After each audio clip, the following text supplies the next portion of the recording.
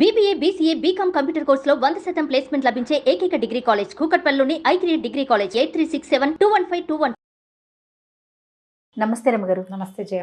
రమగారు, మనం నవలల్ని తీసుకొని ఆ నవల యొక్క ఇతివృత్తం మొత్తం బ్రీఫ్గా మనం ఒక స్టోరీ రూపంలో చెప్పుకుంటున్నాం. మరి ఈరోజు ఏం చెప్తున్నారు? సంక్షిప్త శబ్ద చిత్రం లాగా. అంతే. చిన్నప్పుడు రేడియోలో వచ్చేది సినిమా అంతా బ్రీఫ్గా చెప్పేయటం, కొన్ని ఇంపార్టెంట్ డైలాగులు అవి. తర్వాత సినిమా కథని బ్రీఫ్గా పత్రికలో కూడా వేసేవాళ్ళు, అలాంటివి ఉండేవి. ఇది బాగుంది, నాకు సినాప్సిస్ చెప్పడం, కథలో సారాంశం చెప్తామన్నమాట. బాగుంది. ఎద్దనపూడి సులోచనారాయణ గారిది ఆరాధన.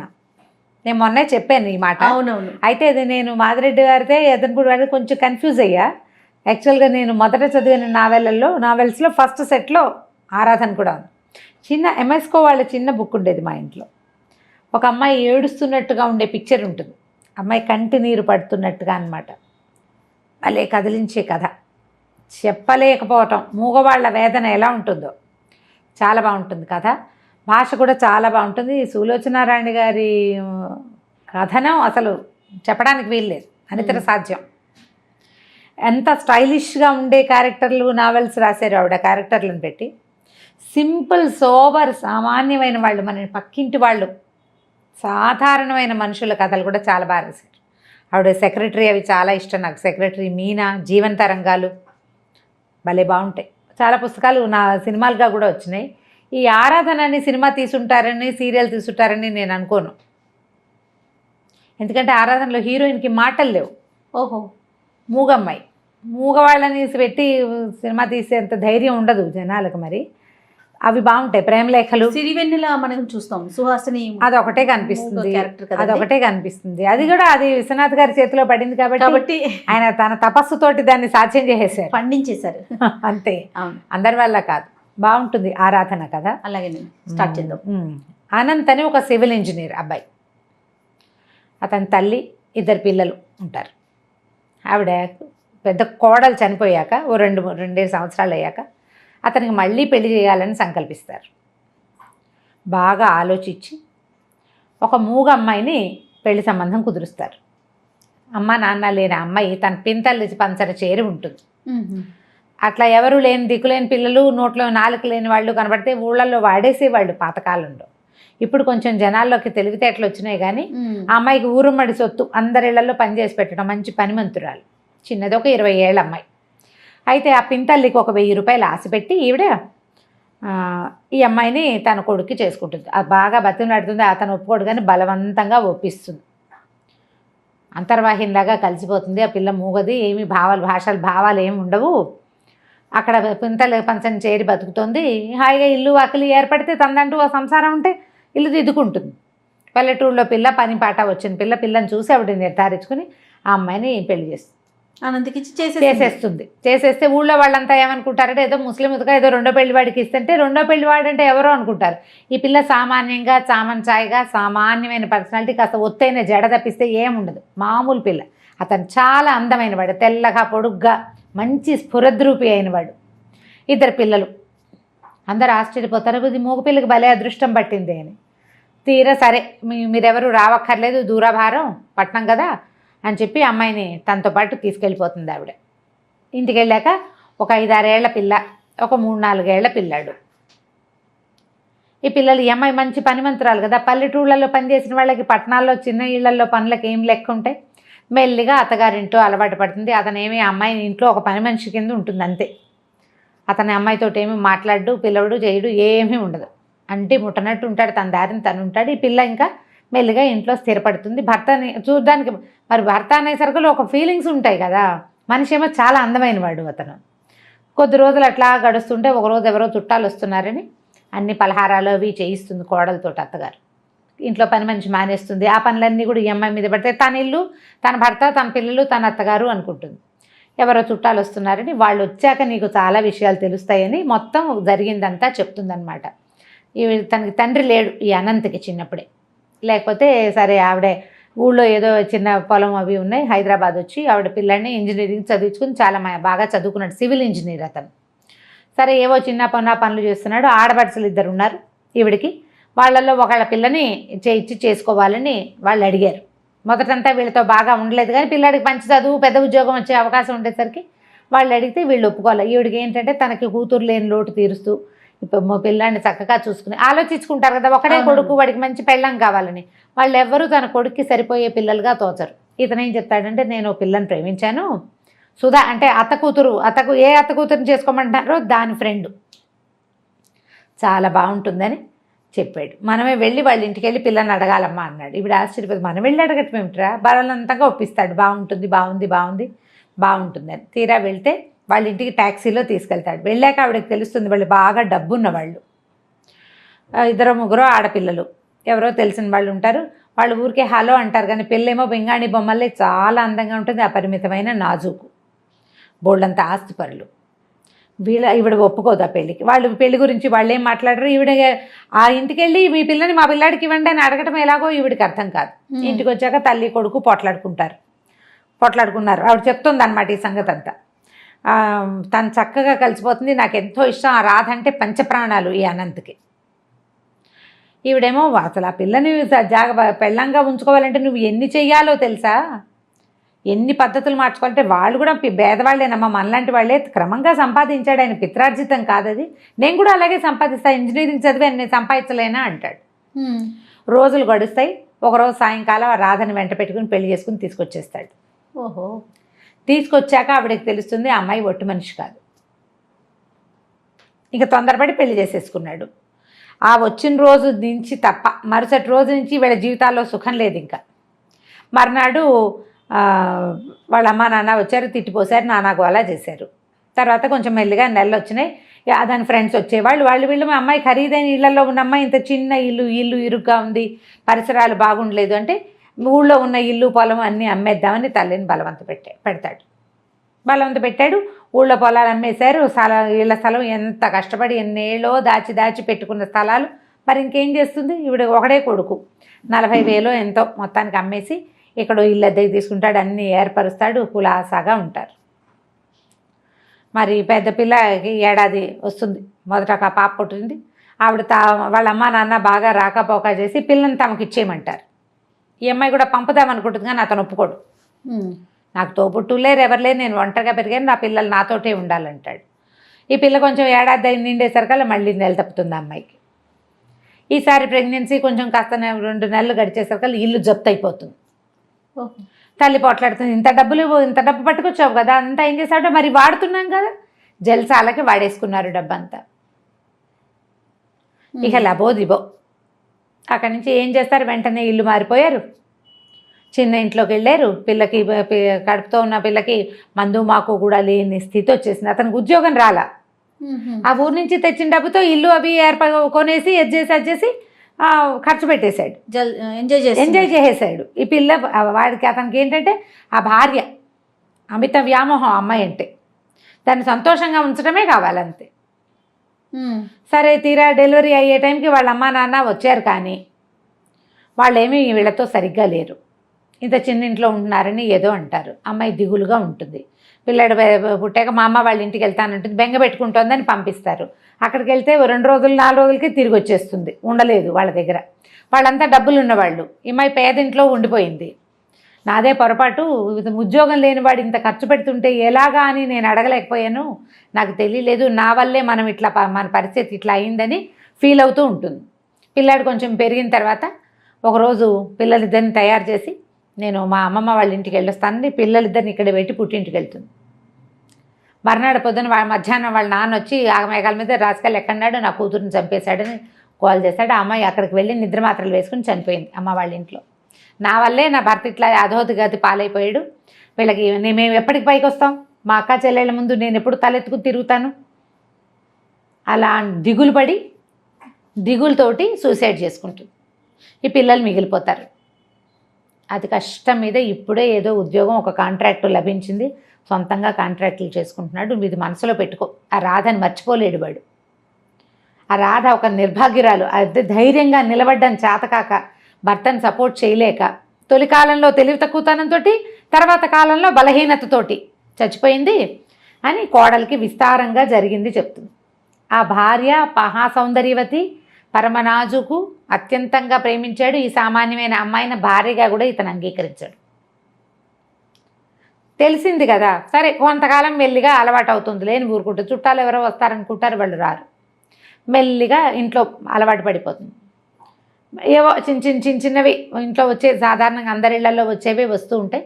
కొంతకాలం అయ్యాక ఈవిడికి ఎక్కడికో వెళ్ళేందుకు అవకాశం వస్తుంది. ఫ్రెండ్స్ ఎవరో ఎక్కడికో వెళ్తున్నారు, మరి వాళ్ళతో పాటు యాత్రలకు వెళ్తానంటుంది. కొంచెం డబ్బులు వస్తున్నాయి వీళ్ళకి, కాస్త పర్వాలా. ఆయన అతను కాంట్రాక్ట్లు చేస్తున్నాడు, ఏదో హోటల్ కాంట్రాక్ట్ ఏదో తీసుకున్నాడు, డిజైన్లు గీసుకుంటూ ఉంటాడు. అయితే ఏమవుతుంది, ఆవిడ ఊరు వెళ్తానంటుంది. అన్నపూర్ణకి ఇదంతా అలవాటైపోయింది. పూర్ణ అమ్మాయి అన్నీ అలవాటైపోయినాయి. పిల్లల్ని చూసుకుంటుంది, పాలవి అవి రాయడం వచ్చు. ఆ అమ్మాయికి చెవులు వినిపిస్తాయి, మాట్లాడడం రాదు, రాసి చేయగలదన్నమాట. సరే వెళ్ళిపోతుంది ఆవిడ ఊరు. ఈ పిల్లల్ని పెట్టుకుని ఈ అమ్మాయి ఉంటుంది. ఒకరోజు ఏదో మేడ మీద పప్పు ఎండబోయటానికి వెళ్తుంది. పప్పులో పిల్లాడు నీళ్లు పోసేస్తాడు ఆటకి. ఎండబోయటానికి వెళ్తుంది. దిగి వచ్చేటప్పుడు అతను కనపడతాడు సందు చివరి నుంచి భర్త వస్తే అతను మేడ మీద ఉంటే కేకలేస్తాడేమోనని గబగబా దిగిపోతూ చెంగు వదిలించుకుని వచ్చేస్తుంది. పిల్లాడు పడిపోతాడు పైనుంచి. వాడి ముక్కు మూతు పగిలిపోతాయి. తెలుస్తుంది బ్లడ్ వచ్చేసింది. సరే ఏదో పౌడర్ రాసి ఏదో చేయబోతుంది. ఈ లోపల తండ్రి వస్తాడు. ఈ పిల్ల ఏం చెప్తుందంటే, పిల్లకి ఈ అమ్మాయి మొహం గిట్టదు. 5-6 ఏళ్ళు వచ్చినాయి కదా, చుట్టుపక్కల ఇళ్లలో పెత్తనాలకు వెళ్తుంది. అది మీ పిన్ని వస్తే మీ నాన్న మీ పిన్ని ఒకటైపోతారు, మిమ్మల్ని బాగా చూడరు, సవితల్లి ఫీలింగ్ ఎక్కిస్తారు దానికి. అదెంతసేపు మూగిపోద్దని దీన్ని అమ్మాయిని అన్నపూర్ణని తిడుతూ ఉంటుంది, ఎక్కిరిస్తుంది పిల్ల. 4-5 ఏళ్ల పిల్లలు అలా బిహేవ్ చేస్తారు.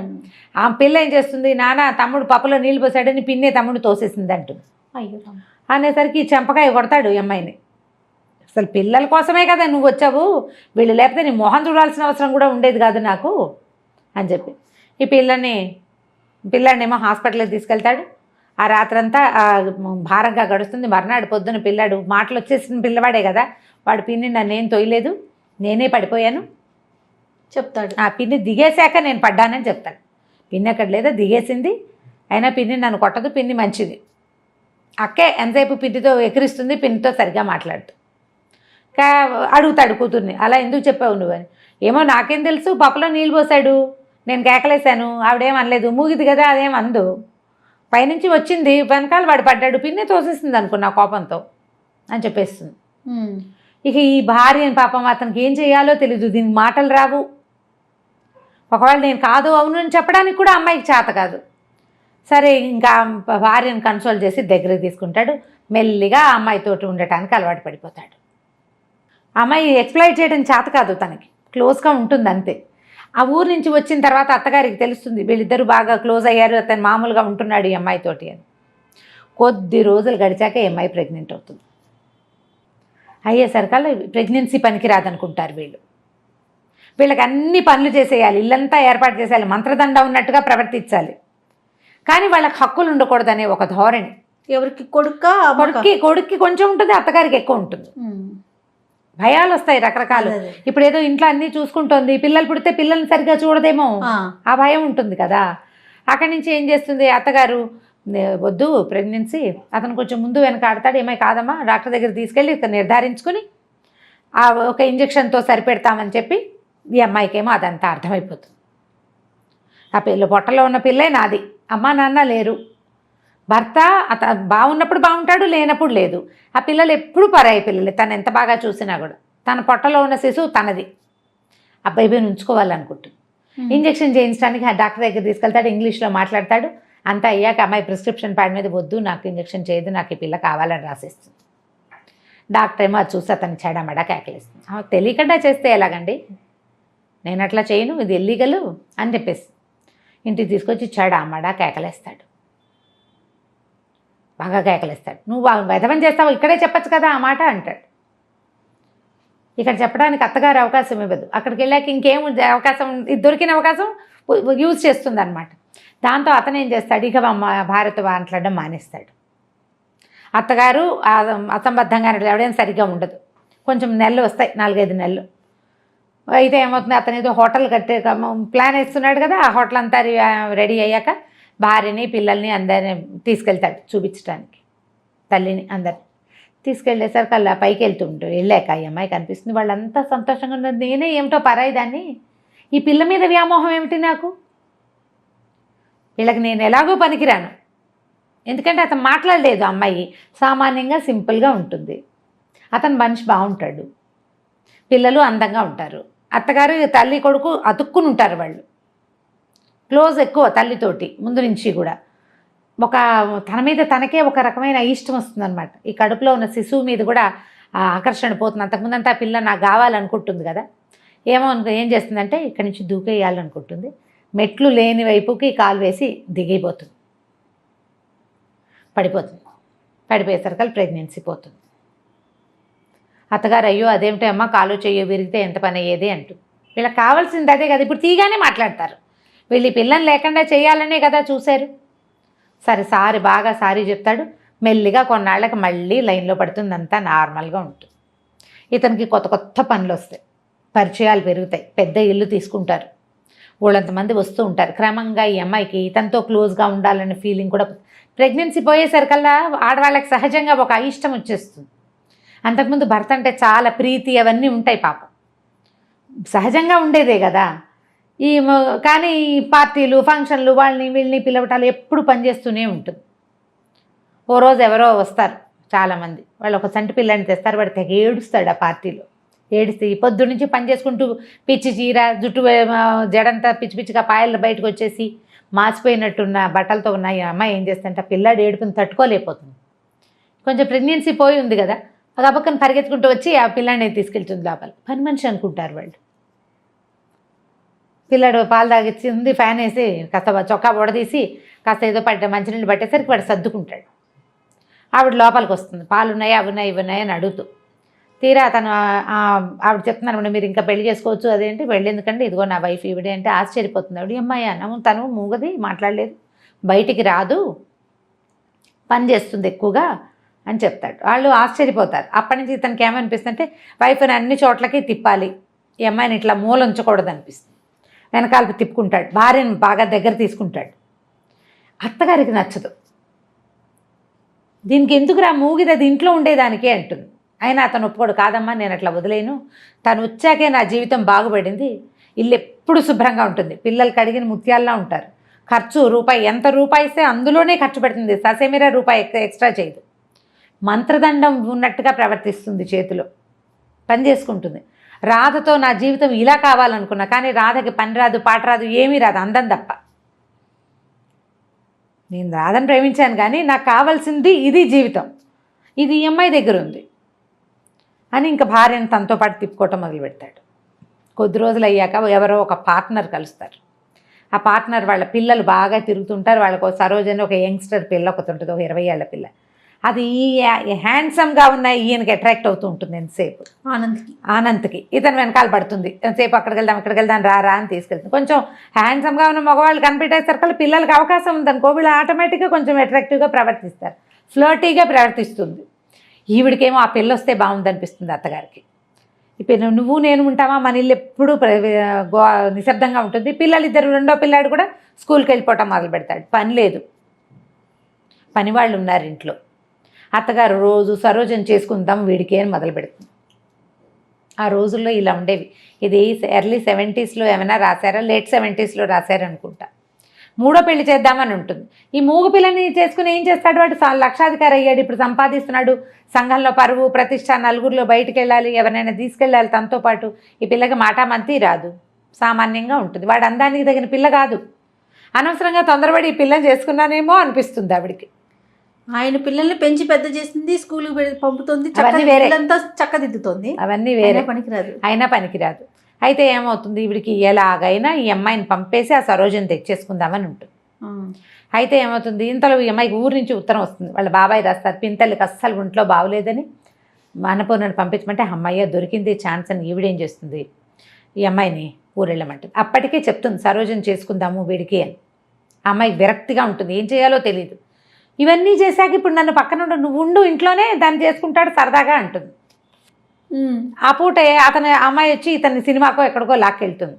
ఈ పిల్ల నేను అన్నపూర్ణని ఊరు తీసుకెళ్తాను, ట్రైన్ ఎక్కిస్తాను, మీరు సినిమాకి వెళ్ళండి అని వాళ్ళని పంపించేస్తుంది. ఈ అమ్మాయికి తన ఎదురుగుండానే భర్త అమ్మాయితో కలిసి కారులో వెళ్తుంటే ఇక వీడు నాకేం దక్కుతాడు అనిపించేస్తుంది, విరక్తి పుట్టేస్తుంది కదా. సరే ఊరు వెళ్ళిపోతుంది. ఊరు వెళ్ళేసరికి అలా కొద్ది రోజులకే ఈ 4-6 పిల్లలు ఉంటారు ఆ పింతల్లికి. బాబాయ్ ఏమో పక్షవాతంతో మంచం మీద ఉన్నాయినా ఆవిడ కాస్త పోతుంది. పిన్ని పోయేసరికల్లా మరి ఆ ఇల్లు భారం ఎవరి మీద పడుతుంది? ఈఎంఐ. ఆ ఇంటికి పెద్దది ఈఎంఐ. సరే ఇంకా మెల్లిగా అక్కడ స్థిరపడుతుంది. పోయిందని తెలియగానే ఈవిడేమనుకుంటుంది, రాజేశ్వరమ్మ గారు అనంత్ వాళ్ళ అమ్మ, అమ్మయ్య ఆ ఇంట్లోకి దీని అవసరం ఉంది, ఎలా ఫిక్స్ అయిపోతుంది, కొన్నాళ్ల పాటు రాదు, ఆ లోపల మన వ్యవహారం చక్కబెట్టేసుకోవచ్చు అనుకుంటుంది. అక్కడి నుంచి వచ్చి 2 రోజులు ఇక్కడ ఉండి మరి 4 చూసి నేను వెళ్ళొస్తాను, కాస్త డబ్బులు ఏవో కోడల చేతిలో పెట్టి ఇక్కడ అన్నీ సర్దుకున్నాకే మెల్లిగారా, తొందర ఏం లేదు అని కోడల చేత మా భర్త ఇంకో పెళ్లి చేసుకున్నాడు, నాకు అభ్యంతరం లేదని కాగితం మీద సంతకం పెట్టించుకుని పట్టుకెళ్తుంది. అతని పార్ట్నర్ తోటి మాట్లాడితే మీ కోడలు కనుక సంతకం పెడితే మేము పెళ్ళికో రెడీ అని చెప్పారు. వాళ్ళు ఒప్పుకున్నారు. సంతకం పెట్టి ఈ కాగితం నా దగ్గర ఉంటే వాళ్ళు ఒప్పుకుంటారని చెప్పి సైన్ చేయించేసుకుంటారు. ఎన్ని రోజులైనా ఈ అమ్మాయి ఇక్కడి నుంచి కదలకపోయేసరికల్లా బాబాయికి ఆశ్చర్యంగానే ఉంటుంది, ఏమిటి వెళ్ళదు, వాళ్ళ అత్తగారు ఉత్తరం రాయదేమిటి అని. అయితే మెల్లిగా ఏం చేస్తుందంటే ఈ బాబాయ్ గారు మరి ఇంకేం చేస్తారు, ఇల్లు చూసుకోవాలిగా, ఆయన ఏమో ట్యూషన్లు చెప్పడం మొదలు పెడతాడు. ఈ అమ్మాయి ఏమో ఈ పిల్లలకి వెనకాల దొడ్డంతా బాగు చేసి కూరగాయలు వేయిస్తుంది, బట్టలు కుట్టించి నలుగురికి ఊళ్ళో. మరి వీళ్ళకి డబ్బులు ఎక్కడి నుంచి వస్తాయి పాపం? అంతకుముందు పిన్ని ఏదో చేసేది. మెల్లిగా పిల్లల్ని ఇల్లు సంసారం అక్కడ దిద్దింది కదా, ఇక్కడ కూడా దిద్దడం మొదలు పెడుతుంది. మొదలు పెట్టేసరికల్లా ఉత్తరం గిత్తరం ఏం రాదు. బాబాయ్ నిలదీసి అడుగుతాడు, ఏమిటమ్మా మీ ఆయన ఉత్తరం రాయలా, మా అత్తగారు ఉత్తరం రాయలేదంటే, బాబాయ్ ఇంక నేను వెళ్ళను, మా అత్తగారి ప్లాన్లో ఉంది, నా శక్తి ఉన్నంత వరకు నీ ఇల్లు కాపాడుతాను, నీతో పాటు నన్ను ఉండనివ్వని. ఆయన ఆశ్చర్యపోతాడు, ఏం చేయాలో అర్థం కాదు. ఊళ్ళో వాళ్ళకు కూడా అంతకుముందు చాలా అందమైన మొగుడు, మంచి ఇంజనీరు, అత్తగారు కూడా శుభ్రంగా ఉంది, అమ్మాయి వెళ్ళిపోతుంది అనుకుంటారు. వెళ్ళకపోయేసరికి వాళ్ళకి అనుమానంగానే ఉంటుంది, ఏమిట్రా వెళ్ళటం లేదు, వాళ్ళు ఉత్తరాలు రాయట్లేదు, ఉత్తరం వచ్చినస్తే ఊళ్ళో తెలిసిపోతుంది పల్లెటూళ్ళలో. సరే సడన్గా ఒకరోజు ఇంకా అయిపోయి ఉంటుంది పెళ్ళి అనుకుంటుంది. ఆవిడ ఉత్తరం రాస్తుంది అత్తగారు ఒకసారి వాళ్ళ మేనమావలతో మాట్లాడామని, సింపుల్గా ఇంట్లోనే పెళ్లి చేయదలుచుకున్నామని, అంతా అయ్యాక ఇక్కడంతా సర్దుబాటు అయ్యాక ఉత్తరం రాస్తాను, వీలు చూసుకుని వచ్చేద్దుగానని రాస్తుంది. కోడల్ని వదలదు ఆవిడ, ఈ పని చేయడానికి కావాలి కదా, ఆ ఇల్లు దిద్దడానికి ఈ అమ్మాయి కావాలి. ఆ అమ్మాయి సరదాగా చిన్నపిల్ల, దానికేమొచ్చు ఈ పనులన్నీ? ఇల్లు వాకిలి చూడడం అంటే చిన్నపిల్లల వల్ల కాదు కదా, గడిగట్టిన వాళ్ళు కావాలి. ఉత్తరం రాయిస్తానని రాస్తుంది. ఆ ఉత్తరం తీసి బాబాయ్ చేతులు పడుతుంది, ఇదిగో ఇది నా పరిస్థితి అని. ఇక మెల్లిగా ఊళ్ళో స్థిరపడుతుంది, బట్టలు కత్తిరించడాలు, అవి ఇవి జాకెట్లు కుట్టడాలు, అమ్మాయికి వచ్చిన పనులు. మెల్లిగా దొడ్డి వాకిలి ఏర్పరిచి చిన్నపిల్లల్ని స్కూల్కి పంపించి పెద్ద పిల్లల్ని స్కూల్ మానిపించి తనతో ఉంచుకొని వంట పని నేర్పించి ఏదో తంటాలు పడుతూ ఉంటుంది. సడన్గా ఓ రోజు టెలిగ్రామ్ వస్తుంది.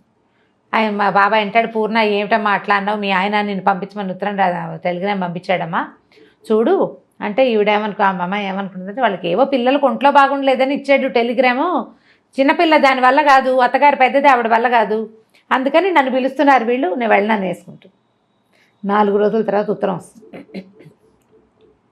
ఈయనకే రాస్తాడు, రంగనాథం గారు నేను అనంతని మా అమ్మ తీర్థయాత్రలకు వెళ్ళింది, పిల్లలకి తీవ్రమైన అనారోగ్యం, బాబు దక్కేలాగా లేడు, పూర్ణని పంపించండి, నేను ఒక్కడినే చూసుకోలేకపోతున్నాను, నాకు చాలా పని ఒత్తిడి, పిల్లలకి జ్వరాలు అని రాసేసరికి ఇక ఆగలేకపోతుంది. ఆ పిల్లాడంటే చాలా ముద్దు, పెంచిన మమకారం ఉంటుంది కదా. సరే అక్కడి నుంచి ఈ అమ్మాయి వస్తుందని వాళ్ళకి తెలియదు కదా, ఇంటికి రైల్వే స్టేషన్కి దగ్గరే, స్టేషన్ నుంచి ఇంటికి వెళ్ళటం తెలుసు తనకి. స్టేషన్ నుంచి ఇంటికి వెళ్ళేసరికల్లా డాక్టరు భర్త ఎదురుపడతారు ఇంట్లో నుంచి చూస్తూ. ఈ అమ్మాయిని చూస్తూనే ఆశ్చర్యపోతాడు, ఎవరొచ్చారు ఎలా వచ్చావు అంటే ఏం మాట్లాడదు. సరే అని దారిస్తాడు, లోపలికి వెళ్తుంది. ఇల్లు నేను వదిలిని పెట్టిన ఇల్లేనా ఇది అని ఆశ్చర్యపోతుంది. ఇల్లంతా మురికి కూపం, అత్తగారు ఇట్లా ఉన్న ఇల్లు ఎలా వదిలిపెట్టి వెళ్ళిపోయిందో అర్థం కాదు అమ్మాయికి.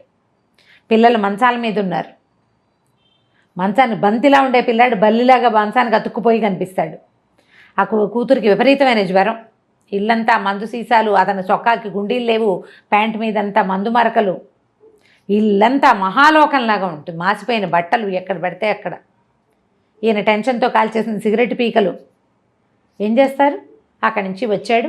వచ్చిన తర్వాత చూస్తే పిల్లకి బాగా సీరియస్ అయిపోతుంది. పిల్లవాడికి జ్వరం జారినప్పుడే పిల్లకి సీరియస్ అయిపోతుంది. ఏవో మందులు తీసుకొస్తాడు. ఏం చేస్తుంది, ఇంకా గబగబా కొంగు బిగించి మెల్లిగా ఓ పక్క నుంచి మొదలుపెట్టి ఇల్లంతా ఊడ్చి ఎత్తిపోసి చెత్తలని పిల్లల పక్కలు మార్చి తను తెచ్చుకున్న పెట్టెలోంచి పక్క దుప్పట్లేవి, ఉతికిన దుప్పట్లే లేవు ఆ ఇంట్లో.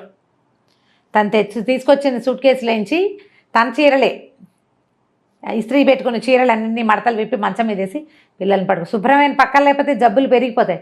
ఆ ఇంట్లోకి రాగానే అతను కనిపిస్తుంది, అన్నపూర్ణ చేతిలో ఏదో మంత్రదండ ఉంది, ఇల్లంతా క్లీన్, గంటలో పక్కలు చూస్తే పడుకోవాలనిపిస్తుంది. ఎన్నిసార్లు అనుకుంటాడనమాట అతను, ఈ అమ్మాయి ఉండబట్టే నా జీవితం హాయిగా ఉంది అని. అది ఇప్పుడు అనిపిస్తుంది. సరే పిల్లవాడికి ఏదో ఎప్పటికీ ఎన్ని రోజులు తిండి పెడితే వాడు కోలుకుంటాడు. ఈ పిల్ల కాస్త బాగా దిగినాసి వెళ్ళిపోతుంది. ఒళ్ళు వెచ్చబడితే బతుకుతుంది, లేకపోతే లేదు. చల్లబడిపోయింది అనమాట శరీరం, వెళ్ళు ఇదంతా పోయింది. సరే అక్కడి నుంచి చూస్తూ ఉంటారు ఇద్దరు ఒంటి మీద చేసి ఒక తెల్లవారుజామున ఎప్పటికో మొత్తానికి దానికి పిల్ల కాస్త పొట్ట దగ్గర వెచ్చబడుతుంది.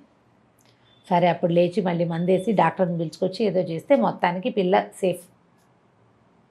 అక్కడి నుంచి పెళ్ళాన్ని దగ్గర కూర్చోబెట్టుకుంటాడు. నువ్వు ఎందుకు వెళ్ళిపోయావు? ఎవరికైనా మంచి వాళ్ళకి అన్యాయం చేస్తే అది మనకే కొడుతుంది. నేను నీకు చేసిన అన్యాయం, నీ గర్భంలో ఉన్న శిశువుని చంపేద్దామని ప్రయత్నం చేసి ఎంత పొరపాటు చేశానో. పిల్లాడికి అనారోగ్యం వచ్చి వాడు తలకిందులైపోయినప్పుడు నాకు నువ్వే గుర్తొచ్చావు. నీ పట్ల చాలా అనుచితంగా ప్రవర్తించాను నేను. మా అమ్మ ఏమో ఇప్పుడు కొత్తగా ఇంకోటి మొదలుపెట్టింది. ఆ సరోజని నన్ను పెళ్లి చేసుకోమంటుంది. నాకు అలాంటి పెళ్ళాం అక్కర్లేదు. రాధని నేను చాలా ప్రేమించాను, కానీ నాకు రాధతో నాకు కావాల్సిన జీవితం అయితే లభించలే. అది నీ దగ్గరే లభించింది. నువ్వు ఉండటం వల్లే నేను హాయిగా ఉన్నాను. ఎంత పని చేసి వచ్చినా ఇంటికి వచ్చేసరికల్లా తెల్లటి పక్కలు, వేడి నీళ్ళు, శుభ్రమైన భోజనం, అంతకంటే ఏం కావాలి జీవితానికి? చాలా శ్రమపడి వచ్చిన వాడికి అదే కావాలి. నాకు ఆ విశ్రాంతి నీ దగ్గరే లభించింది. నేను వద్దన్నాను. నా మీద కోపంతో అమ్మ తీర్థయాత్రలకు వెళ్ళిపోయింది. నాకు తెలిసిన అమ్మాయి కడుపుతో ఉంటుంది. ఇవి వచ్చేసరికి తెలుస్తుంది అనమాట. తను ఆశ్చర్యపోవడానికి కారణం అమ్మాయి గర్భవతి అని తెలియదు ఇతనికి. లేత నెలల్లోనే వెళ్ళిపోతుంది. 4-5 నెలలు గడిచిపోయినాయి కదా వెళ్ళిపోయి. కొంచెం పొట్ట ఎత్తుగా కనపడితే ఇతనికి తెలుస్తుంది అనమాట. అప్పుడు నువ్వు ఇక్కడే ఉండిపో, నువ్వు ఇలాంటి ప్రయత్నం చేయొద్దు, నువ్వు నాతో పాటే ఉండు, నువ్వు లేనిదే నేను ఉండలేను అసలు. నేను రాధ వెళ్ళిపోయినా భరించగలిగాను, నువ్వు లేకపోతే నువ్వు ఉండటం నా వల్ల కాదని చెప్పేస్తాడు. ఏం సమాధానం చెప్తుంది అమ్మాయి? ఏంటి బోల్డని అనుమానాలు వస్తాయి. వీళ్ళకి తను అక్కర్లేదు అని తెలుస్తూ ఉంటుంది ప్రతిసారి. ఇప్పుడు తనే కావాలని అర్థమైంది కదా. ఇప్పుడు మాటలు లేవన్నమాట. ఇంకా ఇదే లాస్ట్ సీన్. ఎంత బాగా రాస్తారంటే చిన్న డీటెయిల్స్ కూడా ఎట్లా ఒకళ్ళు ఇంకొకళ్ళని అపార్థం చేసుకుంటారు జీవితంలో. పిల్లలు ఎట్లా కొంతమంది దగ్గర అవుతారు, ఎలా దగ్గరికి రారు. మనుషులు ఎంత స్వార్థపరులుగా ఉంటారు. చిన్నప్పటి నుంచి ఈ పిల్లతోటి పని చేయించుకుని పింతలేమో 1000 రూపాయలకి ఆశపడి ఈ పెళ్లి చేస్తుంది. చూడండి, అన్ని పనులు చేయించుకుని తన కొడుకు బాగా జీవితంలో స్థిరపడంగానే ఈ అమ్మాయిని వదిలించుకుని ఇంకో కోడల్ని తెచ్చుకోవాలనుకుంటుంది అత్తగారు. అలాగే ఉంటారు కదా మానవ నైజాలు. ఇట్లా జీవితానికి దగ్గరగా ఉండే కథలు కొన్ని ఎంత కదిలిస్తాయంటే ట్రై చేసి, అంటే అందరూ మనసులోని మనసు ఎక్కడ దొరుకుతుంది అని అడుగుతున్నారు. బుక్ షాపుల మీద పడి వెతకాలమ్మా. మన దగ్గరలో ఉన్న బుక్ షాప్స్ వెతుక్కోవాలి, బుక్ ఫెయిర్స్కి వెళ్ళాలి. మీరే కొత్తవి ఇన్వెంట్ చేసి చూసి కొత్త పుస్తకాలు తెచ్చుకోగలుగుతారు. నన్ను ఒకరు అడిగితే నేను అదే, మీరు వెళ్ళి షాప్కి ఏమైనా ఎక్కడ దొరుకుతుంది అని అంటే మందా మాక పుస్తకం షాప్లోకి వెళ్ళి కొనుక్కోవటమే, వెతకటం దానికోసం. బుక్ హౌస్లు మనకి ఆన్లైన్ కూడా దొరుకుతాయి. ట్రై చేసి కొని చదివి చూడండి. ఆరాధన, ఎద్దనపూడి సులోచనారాణి గారి ద బెస్ట్ నావెల్స్లో ద బెస్ట్ నావెల్. రీడింగ్ స్కిల్స్ని డెవలప్ చేయడంలో భాగమే ఈ నావెల్స్, ఈ కథలు చెప్పటం. మళ్ళీ ఒకసారి అంటే ఆల్రెడీ పుస్తకాలు చదివే హ్యాబిట్ ఉన్న వాళ్ళందరూ చదువుతారు, వాళ్ళకి మనం చెప్పనే లేదు. మళ్ళీ ఒకసారి గుర్తు చేసుకుని చదవాలనిపించేలాగా చేస్తుంది ఒకటి.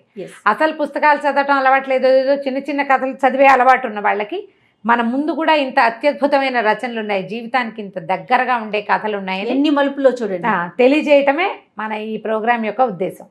పుస్తకాలు కొనండి, చదవండి, గిఫ్ట్ చేయండి ఎవరికైనా. మీ అంతటా మీరు చదివితే ఉండే సంతోషం ఏమిటో చదివి తెలుసుకోండి. తప్పకుండా రమ్మగారు. నమస్తే. నమస్తే.